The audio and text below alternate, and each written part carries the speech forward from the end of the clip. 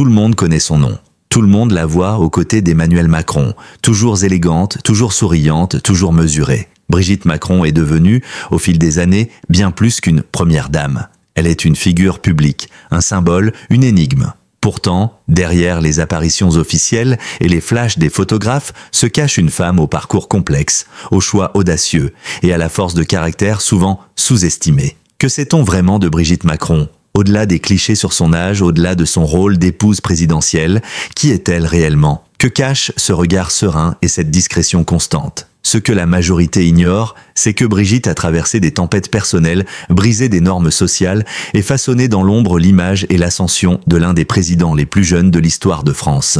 Dans cet article, nous allons lever le voile sur la femme derrière le protocole. Une femme qui, bien avant l'Élysée, a fait des choix qui ont marqué sa vie à jamais. Préparez-vous à découvrir des facettes méconnues, parfois bouleversantes, parfois admirables, de celles qui partagent la vie du président, mais dont le cœur et le passé n'ont jamais vraiment été dévoilés. Avant les salons dorés de l'Élysée, avant les dîners d'État et les visites officielles, Brigitte Macron était Brigitte Trogneux. Née le 13 avril 1953 à Amiens, dans le nord de la France, elle grandit dans une famille aisée, célèbre dans toute la région pour sa chocolaterie fondée en 1872. Enfant choyée mais curieuse, Brigitte fut rapidement attirée par la littérature, le théâtre et l'art oratoire. À l'école, elle se distingua par sa vive intelligence, son ouverture d'esprit et son aisance naturelle à s'exprimer. Elle refusait les cadres rigides. Son esprit était libre et vibrant. Insatisfaite de son destin préétabli dans la bourgeoisie provinciale, elle développa un vif intérêt pour la littérature classique et la poésie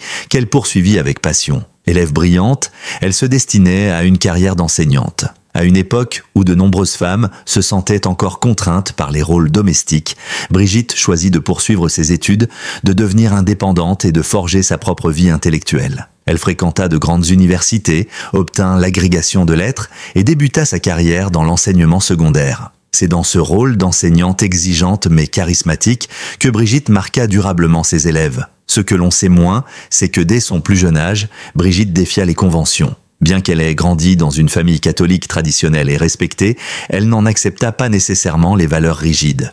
En privé, elle lisait Simone de Beauvoir, remettait en question le statut de la femme et rejetait l'obéissance implicite attendue d'une femme issue d'une famille prestigieuse. Elle aimait le théâtre, l'écriture et l'idée que le monde pouvait être créé par les mots. Sa forte personnalité s'est forgée sous les projecteurs, en classe comme en coulisses. C'est également à cette époque qu'elle commença à organiser des ateliers de théâtre dans son école, impliquant ses élèves, stimulant leur créativité et les poussant à se dépasser. Elle y mit tout son cœur, ses méthodes et son dévouement, laissant une profonde impression sur tous ceux qui la rencontrèrent. Elle était à la fois respectée et admirée. Ses collègues la décrivaient comme une femme dévouée, intelligente, parfois un peu anticonformiste, mais toujours passionnée. Brigitte ne suivait jamais les modes, elle les suivait ou les ignorait. Derrière ce calme apparent se développait une forme de rébellion discrète, celle d'une femme insatisfaite du rôle qui lui était assigné. Une femme qui, à son insu, s'apprêtait à prendre un tournant qui allait changer non seulement sa vie, mais aussi le destin politique de la France. Car, dès son entrée en classe,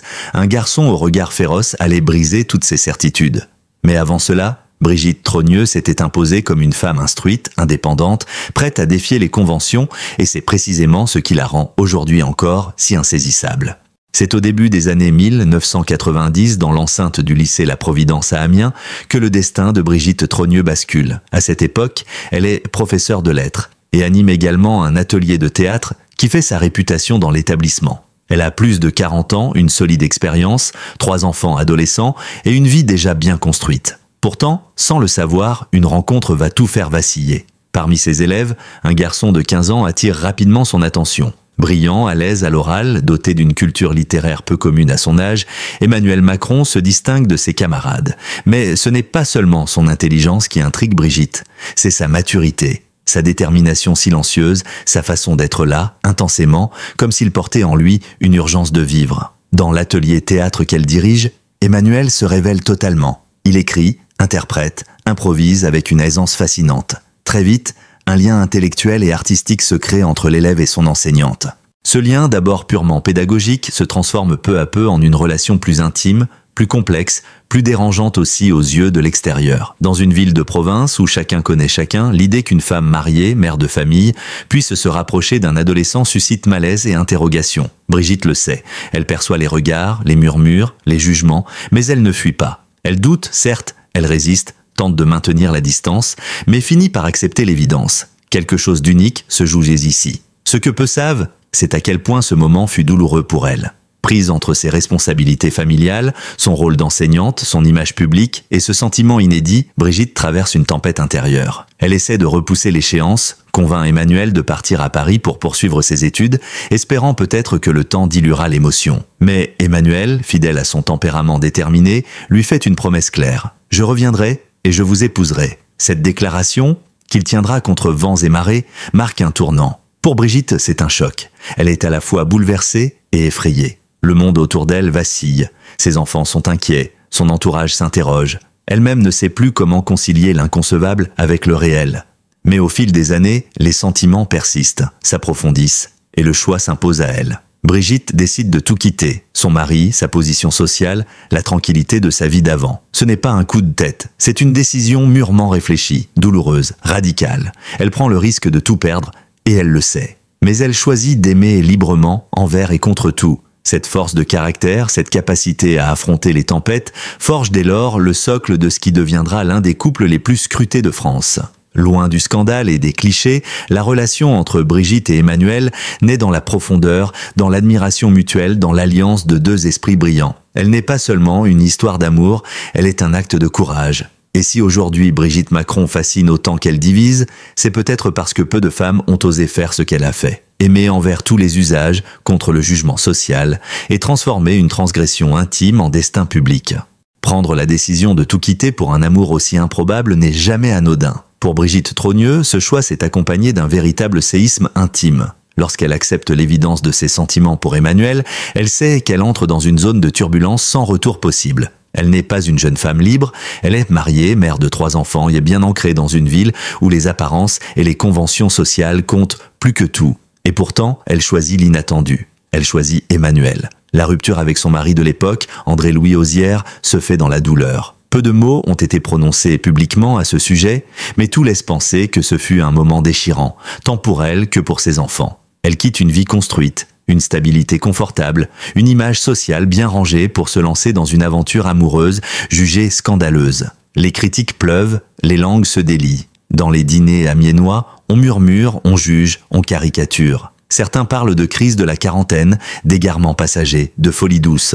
D'autres, plus cruels, évoquent un abus d'influence ou une dérive morale.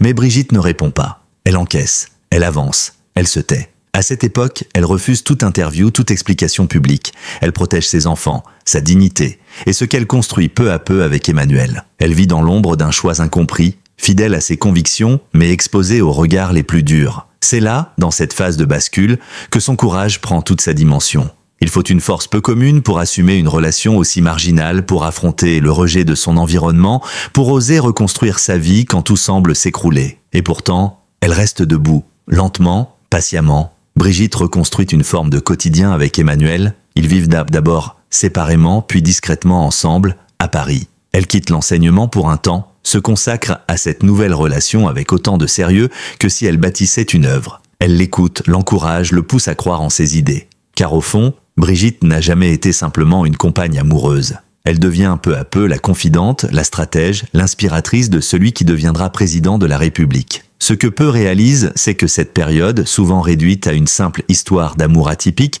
est en réalité une transformation radicale. Brigitte Macron ne s'est pas contentée de suivre Emmanuel Macron.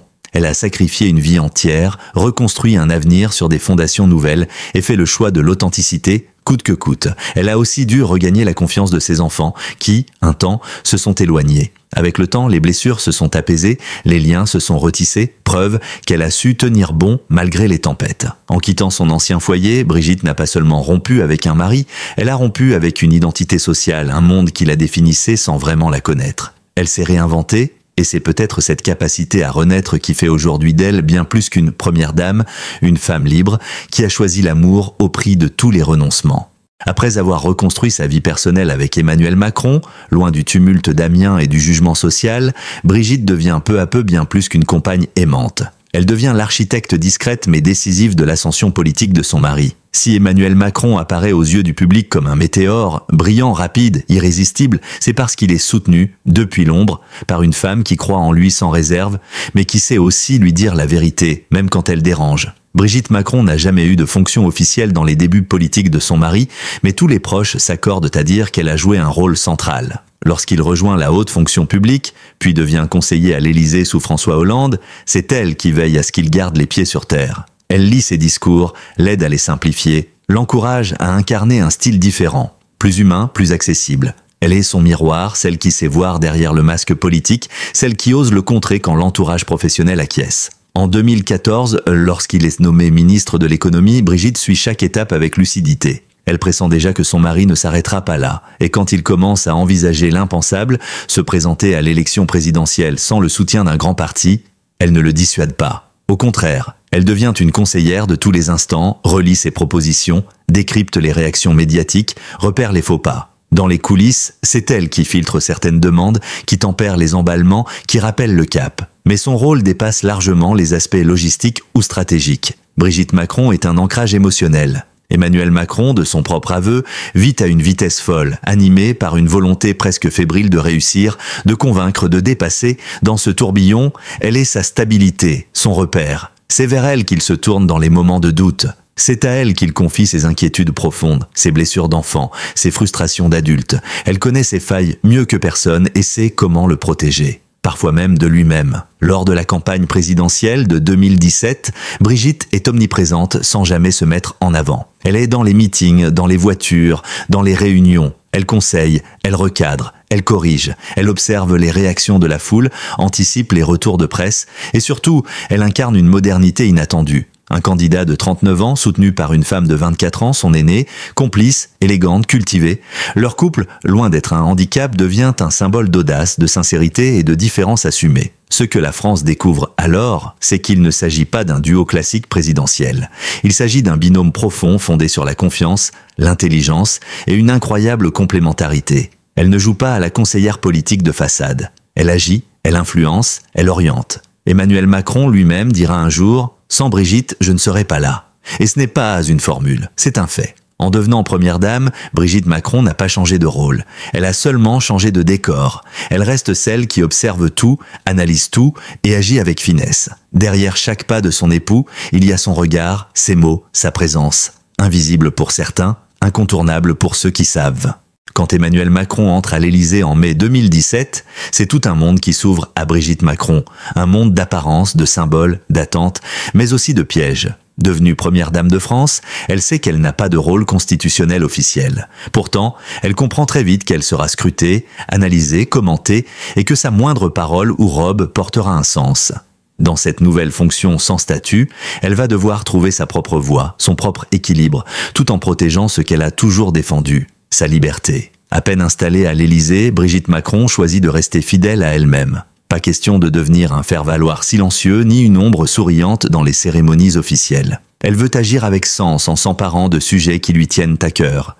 L'éducation, le handicap, la lutte contre le harcèlement scolaire. Elle crée un poste dédié à ses missions, établit une charte de transparence et commence à recevoir, écouter, alerter. Elle ne cherche pas la lumière, mais elle sait que sa position peut servir de levier. Alors elle parle, peu mais justement, et agit. Mais très vite, la médiatisation s'intensifie. Les critiques aussi. Certains ironisent sur son âge, sur sa manière de s'habiller, sur son influence supposée auprès du président. D'autres vont plus loin, propageant rumeurs absurdes et attaques personnelles, comme lorsqu'un faux bruit circule selon lequel elle serait née homme. Loin de se laisser atteindre, Brigitte Macron fait preuve d'une dignité sans faille. Elle ne répond pas aux insultes, ne joue pas le jeu des polémiques. Elle garde le cap, fidèle à sa ligne, discrète, droite, déterminée. Ce qui rend Brigitte Macron difficile à cerner, c'est justement cette insaisissabilité volontaire. Elle ne cherche pas à séduire les médias, encore moins à devenir une icône populaire. Elle cultive l'ambiguïté, entre simplicité assumée et élégance distante. Une première dame qui tutoie les professeurs, qui accompagne son mari sur le terrain avec un regard bienveillant,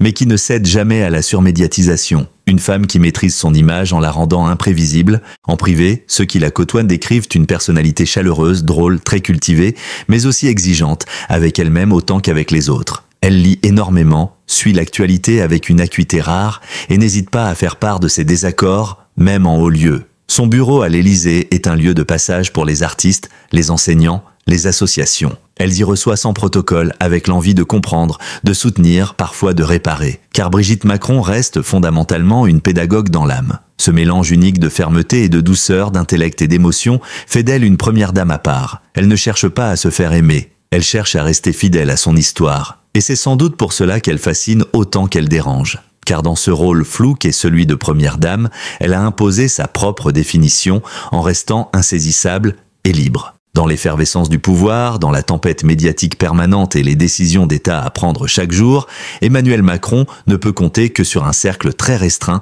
de personnes de confiance. Et au centre de ce cercle, il y a Brigitte.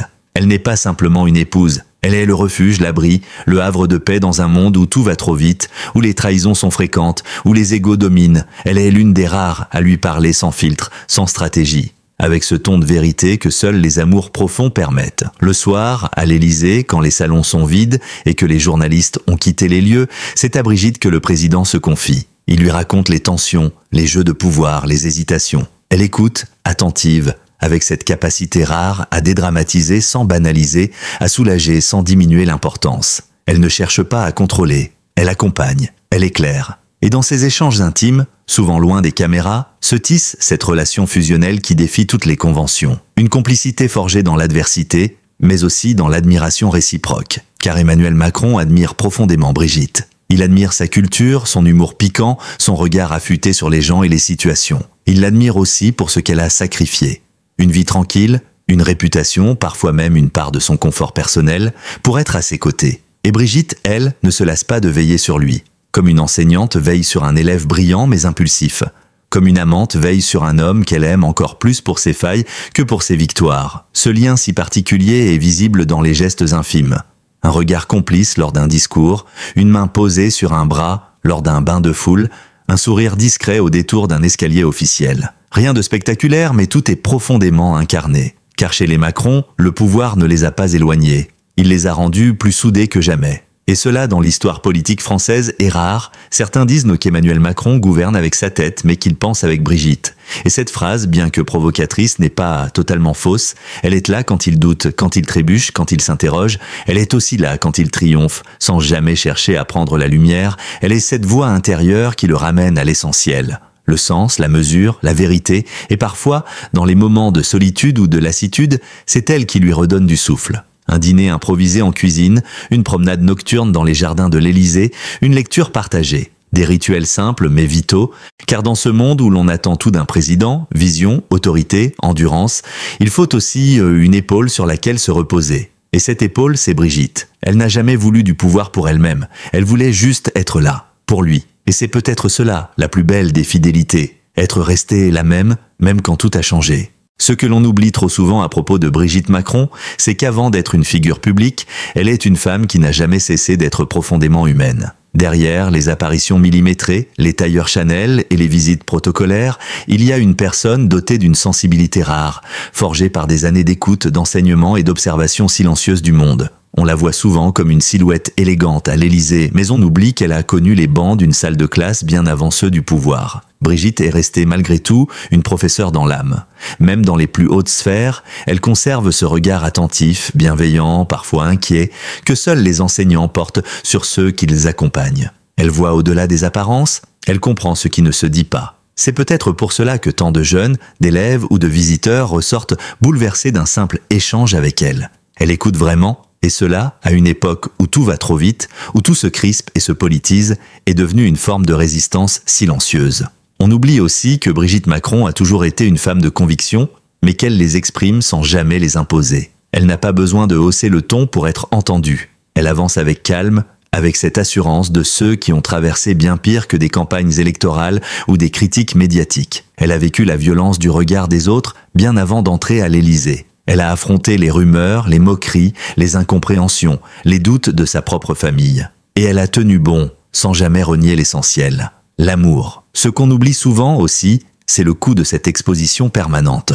Les rideaux de l'Élysée ne suffisent pas à la protéger des attaques. Chaque déplacement, chaque interview, chaque silence même peut être instrumentalisé. Et pourtant, elle continue. Non pas par goût du pouvoir, mais par loyauté envers une histoire qu'elle n'a jamais cherchée, mais qu'elle a choisi d'assumer jusqu'au bout. Brigitte Macron est l'anti-héroïne moderne, elle ne revendique rien, elle n'exige rien, elle n'étale rien, elle agit en douceur, dans les marges, dans l'ombre, mais avec une cohérence sans faille. Dans un monde de paraître, elle incarne l'essentiel. Dans un monde de vitesse, elle impose le rythme de la réflexion. Et dans un monde de bruit, elle offre le silence d'une présence vraie, dense, irremplaçable. En définitive, ce que l'on oublie à propos de Brigitte Macron, c'est que son pouvoir à elle ne se mesure ni en discours, ni en chiffres, ni en bulletins de vote.